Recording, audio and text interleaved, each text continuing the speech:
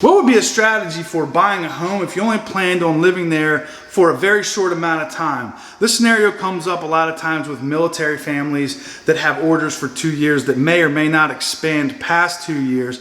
And the question is, do we rent or do we buy? When you go to sell your house, it will cost you about 10%. Realtor fees, buyer's closing costs, transfer taxes, miscellaneous fees.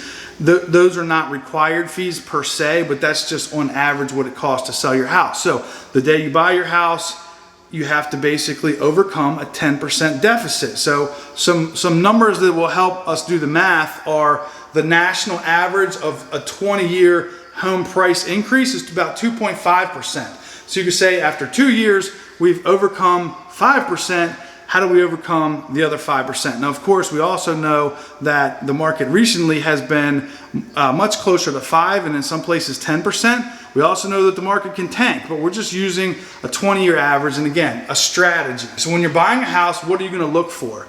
So a couple things. You want to look for a home that is got a great layout and has a lot of appeal. However, there are some cosmetic things in the home that makes the desirability and the perceived value, not maybe the actual value or the appraised value, but the perceived value for most home buyers is low because of maybe ugliness, right? It's got horrible countertops. It does not look like the house that I'm standing in right now with granite countertops and stainless appliances. We're talking like mismatched appliances, maybe pink countertops and floors got some rough spots in it. It needs to be ripped up and, it just needs a lot of cosmetic work. In those situations, you can come in and do minimal cosmetic work and get a huge return on your investment. So let me talk about a few things that you would look for and then a few things that you would probably want to avoid. And let's start with the major big ticket items, anything to do with a septic, a well, a roof, replacing all the windows, replacing all the siding. Those things are probably not going to get you your money back. So the things that you can gain the most value on with the shortest amount of effort or the least amount of money would probably be the kitchen. And the number one thing would be granite countertops. So I have a contractor that'll do granite countertops for $39 a square foot. So I'll just show you this kitchen as a matter of fact, because I'm actually standing in one of my listings that just got granite countertops for about $39 a square foot. As a matter of fact, while I'm on the subject, let me tell you the next thing that you should probably do, which is paint your cabinets. You can see from the inside, these are not light gray cabinets. And the next thing you want to do is you want to do this. All right, now the next thing that you want to do is appliances. Now, not necessarily go buy brand new appliances. A lot of times my recommendation is, especially if you're getting ready to sell it, is to get used appliances.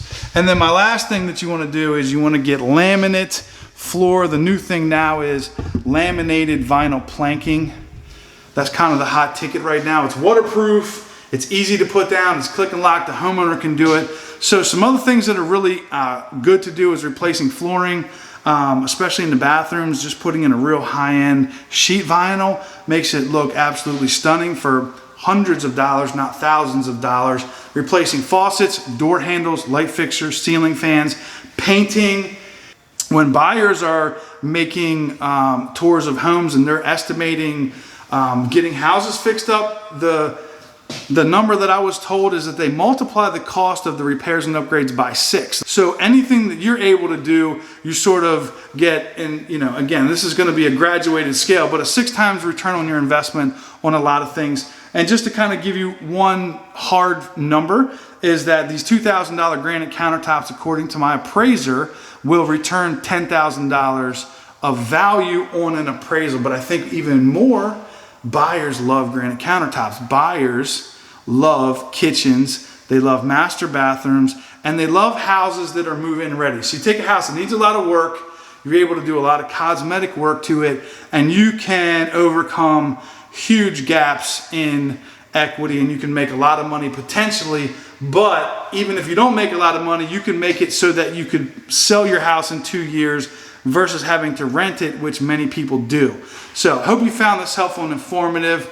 My name is Brian Mayer with the Mayer Group at eXp Realty. Check out themayorgroup.net, click on the buying tab. I have some videos on there about the home buying process, and also you can sign up to get on my hot property list. Make it a fantastic day.